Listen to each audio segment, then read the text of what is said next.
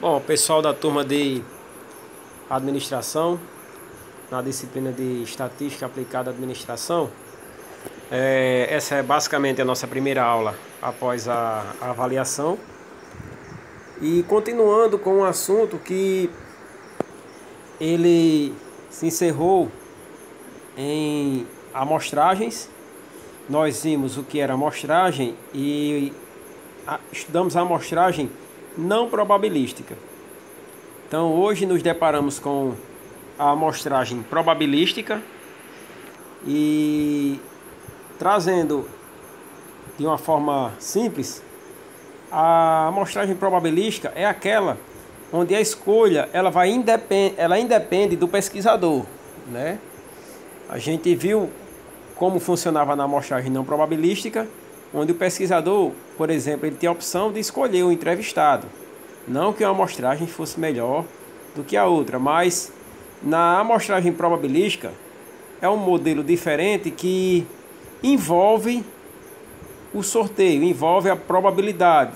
Por exemplo, há chances iguais para todos os pesquisados. Por exemplo, uma diferença básica que vocês viram na avaliação de vocês se você vai estar na entrada de uma faculdade e você vai querer entrevistar os estudantes dessa universidade, ou você está na entrada de um hospital, você quer entrevistar os profissionais nesse hospital, quem for chegando você vai entrevistando, você quer ter um número razoável. Então não há sorteio. Então você entende que isso como uma amostragem não probabilística. Não probabilística.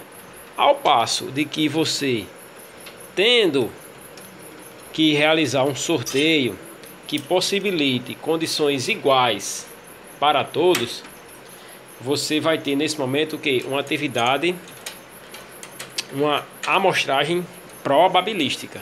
Ah, professor, e na outra não era condições iguais? Não, imagine que você vai estar na porta de um hospital para entrevistar, sortear. No entanto, as condições elas não vão ser iguais para todos. Por quê? Porque naturalmente alguém pode não estar trabalhando naquele dia. Então, quando há probabilidades iguais, a amostragem é probabilística. Quando as probabilidades elas não são iguais, a amostragem é não probabilística. Então, na amostragem probabilística que a gente vai ver hoje, ela possibilita as condições iguais e há nela algumas divisões que vocês podem ver aí nesse slide, né? A questão da amostragem aleatória simples, a questão da amostragem sistemática. Só voltando aqui, houve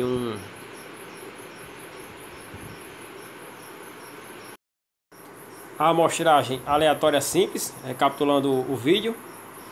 Tive um pequeno problema aqui com a transmissão. A amostragem probabilística pode ser também a amostragem sistemática, pode ser estratificada e pode ser por conglomerados. Então, esses 4 tipos de amostragem que nós vamos ver cada um. Só adiantando que nossa aula de hoje ela vai ser mais conceitual. A gente vai realizar depois alguns cálculos e algumas questões também relativas à questão da amostragem probabilística. Mas hoje, primeira aula após avaliação, é uma aula que a gente vai trabalhar mais a questão dos conceitos e que eu necessito que vocês possam estar estudando junto também. Bom, então dentro da amostragem probabilística, nós temos a amostragem aleatória simples, sistemática, a estratificada e por conglomerados. Vendo o que significa cada uma, na amostragem aleatória simples é o processo mais elementar de uma amostragem probabilística. O método se fundamenta no princípio de que todos os membros de uma população têm a mesma probabilidade de serem incluídos na amostra. Veja que interessante.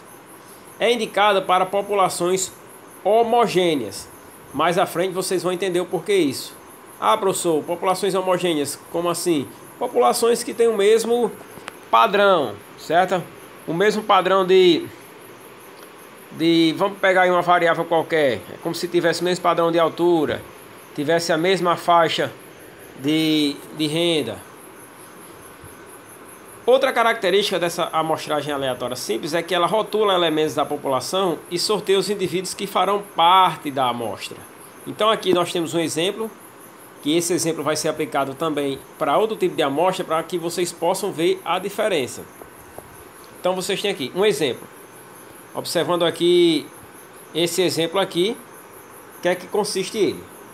Exemplo: aplicar um questionário de satisfação sobre os serviços prestados para por uma agência bancária em 10 clientes de um banco de dados de 100 pessoas. Ou seja, você quer saber a satisfação de 10 clientes de um banco qualquer aí. Vamos pegar um banco público. Você pega um banco da Caixa Econômica Federal. Você tem lá um número de 100 clientes. Você vai selecionar 10 para fazer um questionário de satisfação. Então, dentro desses 100 clientes aqui, vocês vão escolher. Cada cliente desse ele foi enumerado.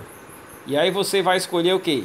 10 clientes. Então você escolhe por sorteio, aleatoriamente. E aí sorteou, foi o cliente 4, o cliente 8, esses que estão circulados. O cliente 28, o 35, o 39, 48 e assim sucessivamente. Então, essa foi uma amostragem chamada amostragem probabilística aleatória simples. Aleatoriamente você sorteou os clientes para responder esse questionário. Esse é um tipo de amostragem probabilística. Outro tipo de amostragem que você tem é a amostragem sistemática. A população, o que é que ela difere? A população ela tem que ser homogênea da mesma forma. A população deve ser ordenada de forma que os elementos sejam identificados pela posição. Vocês vão ver que há uma pequena diferença. A retirada dos elementos é feita periodicamente. Então, se você fosse fazer a mesma pesquisa de satisfação dos clientes, observem bem que esse questionário aqui, lá eu destaquei de vermelho, aqui eu estou destacando de azul, é o mesmo questionário que foi utilizado na amostra, para exemplificar a amostra anterior. Aplicar um questionário de satisfação sobre os serviços prestados por uma agência bancária em 10 clientes de um banco de dados de 100 pessoas.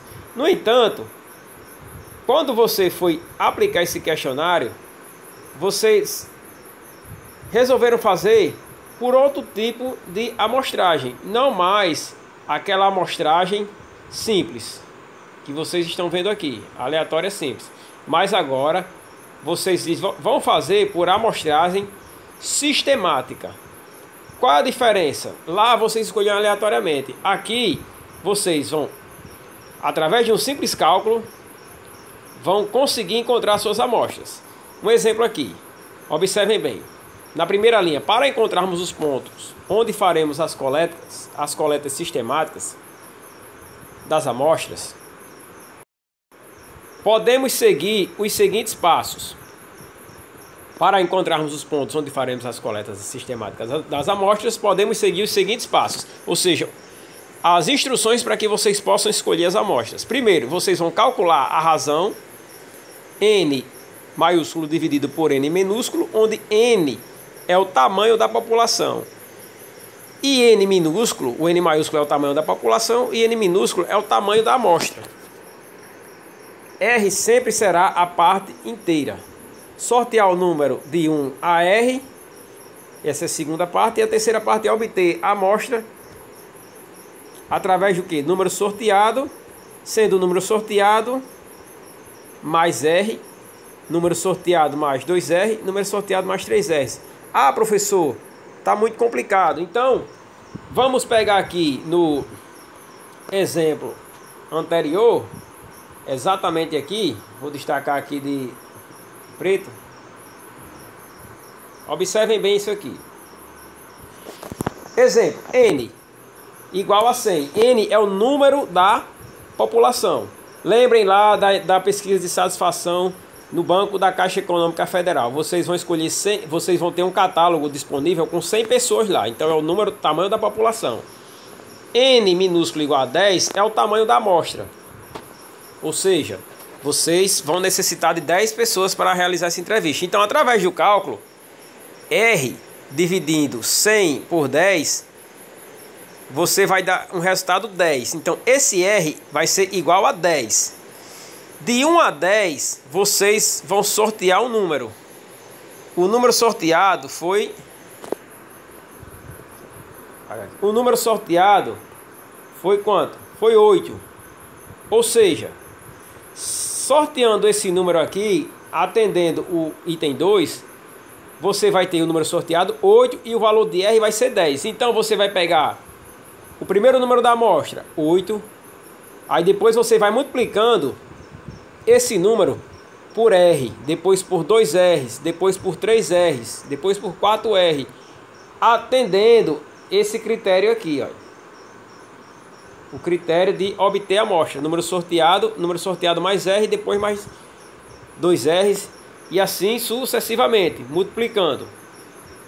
Então, somando. Então, como é que vocês vão ter aqui? O número da amostra, ele foi 8. O número sorteado foi 8. O valor de R foi 10. Então, você vai pegar 8 é o primeiro valor da amostra. 8 é o primeiro valor da amostra. Depois, 8 mais 10, que vai dar 18. Depois, 8 mais 2 R's, ou seja, 2 vezes 10, que dá o quê? 28. Então, cada número desse aqui que for dando, 28, 48, 58, vai ser o valor ou o representante da minha amostra, a pessoa que vai responder o questionário. Então, as pessoas marcadas em 8, 18, 28, 38, 48, 58, 68, 78, 88 e 98 serão as pessoas que responderão o questionário, ou seja, 10 pessoas. Notem aqui, ó, que as pessoas marcadas nesse tipo de amostragem probabilística, que é a amostragem sistemática, não são as mesmas pessoas da amostragem aleatória simples. Na aleatória simples foram sorteadas outras pessoas, aleatoriamente. Você, como se colocasse uma bolinha lá, aquelas bolinhas de bingo, e sorteassem 10 pessoas. Parece até mais simples, mais fácil, não é isso? E na amostragem sistemática, através desses cálculos aqui, vocês sortearam pessoas diferentes. Esse é o segundo tipo de amostragem probabilística. No terceiro modelo, nós temos a amostragem probabilística estratificada, que consiste em dividir a população em subgrupos mais homogêneos, estratos, de tal forma que haja uma homogeneidade dentro dos estratos e uma heterogeneidade entre os estratos. Esse aqui é muito interessante, pessoal. A definição dos estratos pode ser de acordo com sexo, idade, renda, grau de instrução e etc. Em geral, a retirada das amostras dos estratos é realizada de forma aleatória simples. Então aqui nós temos um exemplo de amostragem através de estratificação, amostragem estratificada, que é o que? Observem bem esse exemplo aqui. Aplicar destacar aqui, um questionário de satisfação sobre os serviços prestados por uma agência bancária de 10 clientes, de um banco de dados de 100 pessoas. Então, vejam de novo, novamente aqui, o mesmo exemplo. Imaginem o mesmo banco, as mesmas 100 pessoas, e vocês vão necessitar realizar a amostragem desse grau de satisfação. Vocês vão ter um catálogo para que as pessoas possam responder. Então, na primeira vez vocês sortearam 10 pessoas. Na segunda vez vocês fizeram um cálculo para ter um sorteio dessas 10 pessoas. Agora, vocês vão fazer por outro tipo de amostragem. Que é a amostragem, o quê? A amostragem estratificada. Então, qual vai ser a diferença desse tipo de amostragem para as outras? Vocês vão fazer a estratificação, ou seja, observem que a partir daqui, o que é que diz aqui? Verifica-se que das 100 pessoas, 30% são mulheres e 70% são homens. Ou seja, se você tem lá das 100 pessoas, 30 mulheres e 70 homens. Delimita-se que dos 10 clientes a serem entrevistados, então, 3 vão ser mulheres e 7 vão ser homens. Então, vocês vão garantir na estratificação que todas as classes diferentes, se considerarmos a questão do sexo uma classe diferente, uma variável diferente, tenham representantes.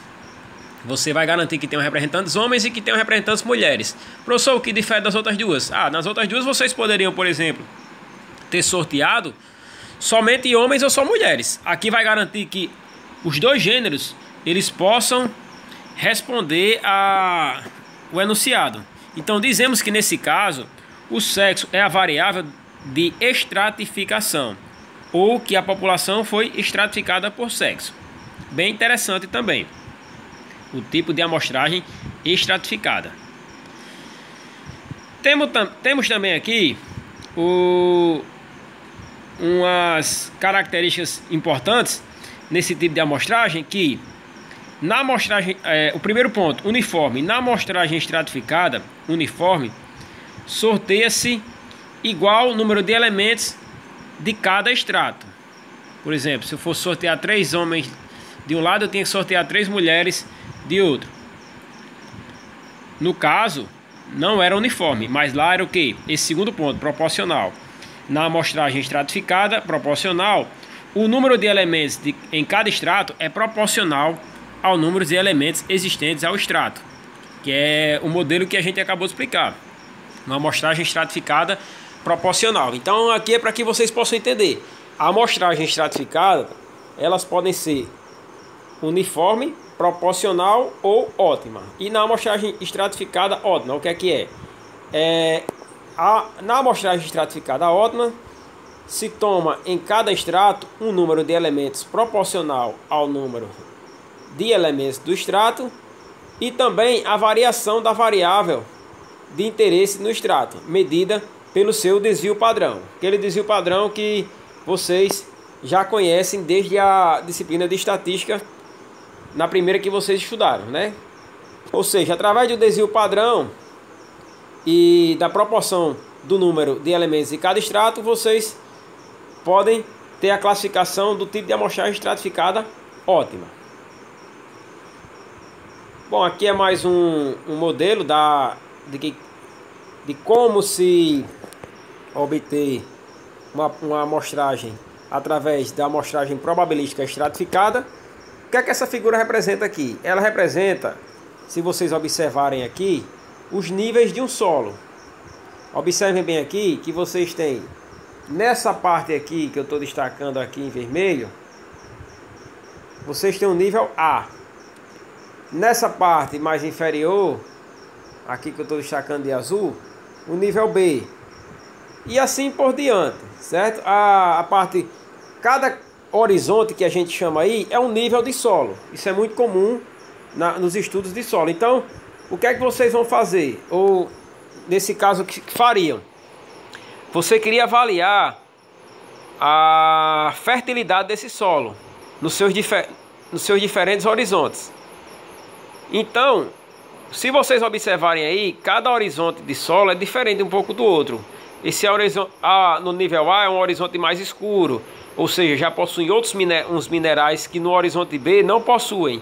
Então, assim, para que a amostragem fique mais justa e fique mais honesta de acordo com o solo, a representação da fertilidade ela é feita em cada horizonte diferente. Então, você divide o solo em horizontes. Vocês vão dividir os solos em estratos. Aqui, vocês observarem bem aqui no canto, vocês vão observar que há um nome aqui, olha, estratos. Então, na amostragem estratificada, ela permite com que vocês possam fazer uma amostragem, por exemplo, de solo.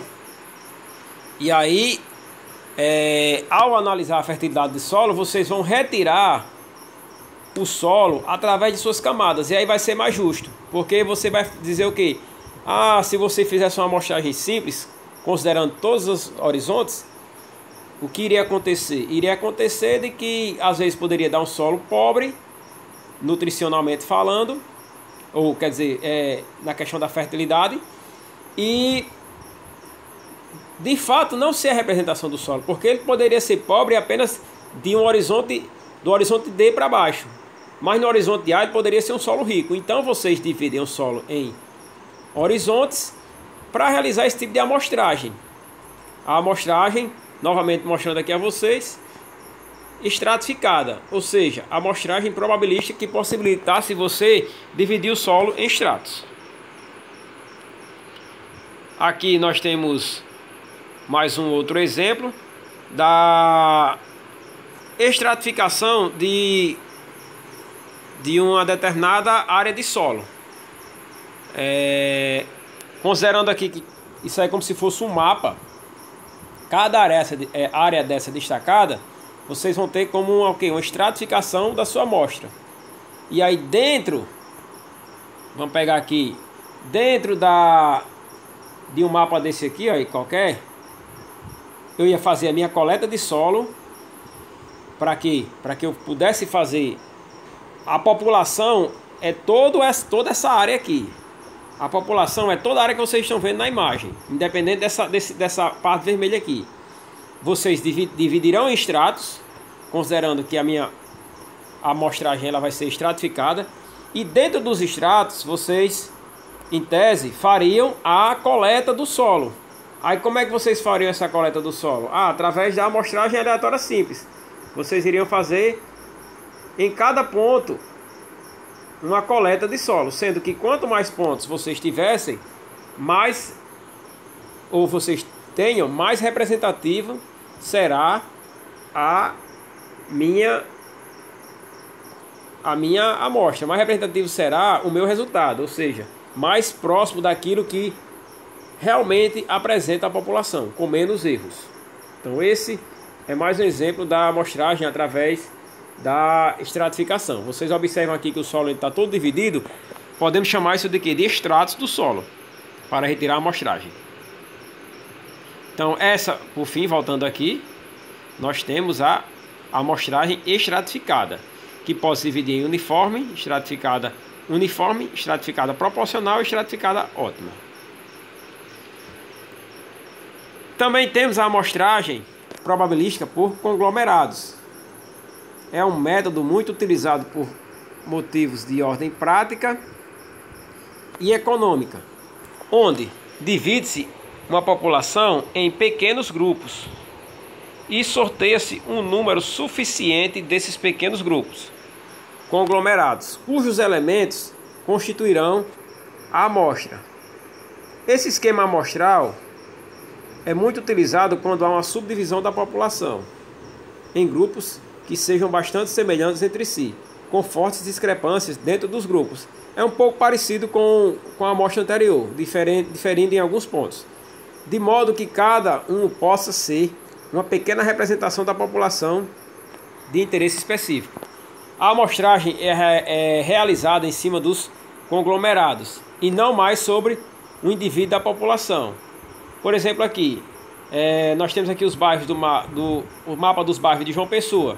Poderia ser de Açu, certo? Poderia ser de qualquer outra região. Eu quero fazer uma amostragem aqui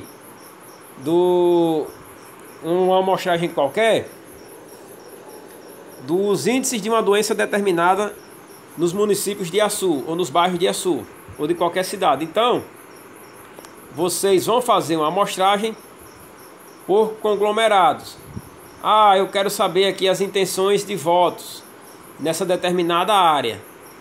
Então, para que vocês possam saber aqui, fazer a amostragem, vocês vão fazer a amostragem por quê? Por conglomerados. Vocês vão considerar aqui toda essa área, certo? Estou tentando aqui pegar, mas na tela não vai dar, mas vocês vão entender como se eu estivesse pegando aqui toda a área.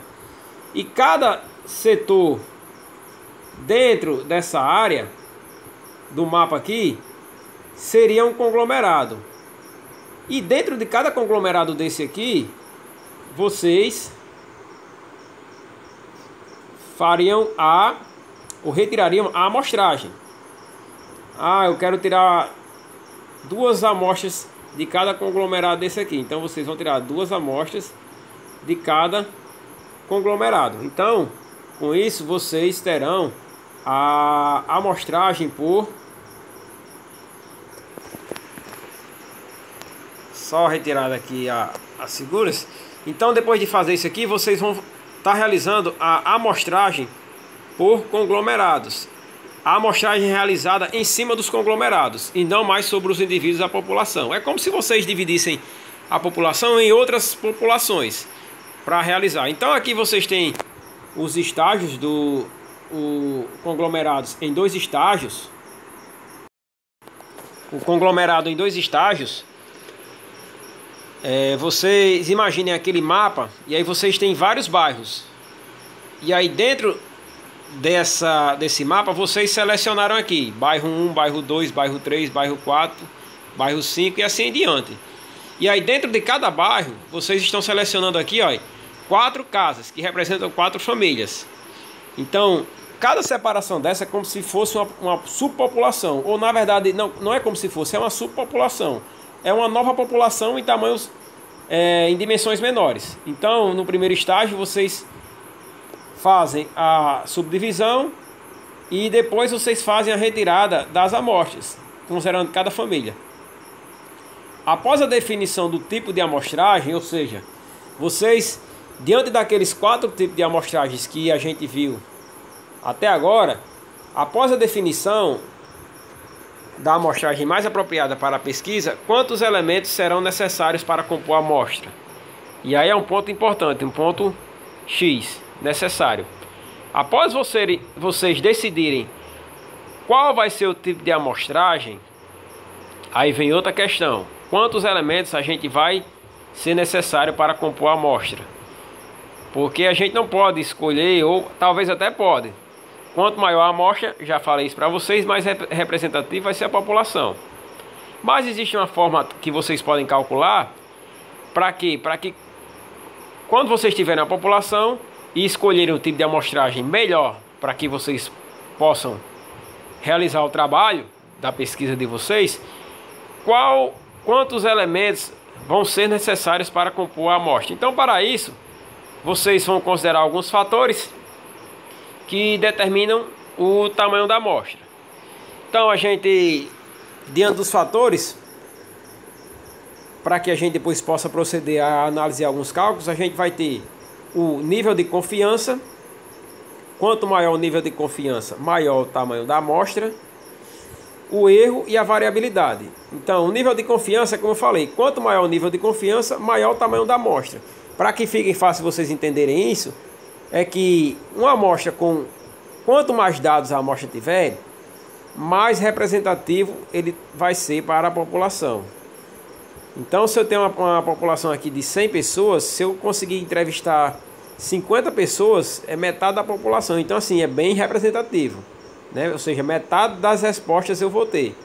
Então, quanto maior o nível de confiança, maior o tamanho da amostra. Então, se eu quiser um nível de confiança alto, eu tenho que ter um tamanho de amostra também maior. O erro máximo permitido. Quanto menor o erro permitido, maior também o tamanho da amostra. Ou seja, é um pouco relacionado com a questão do nível de confiança.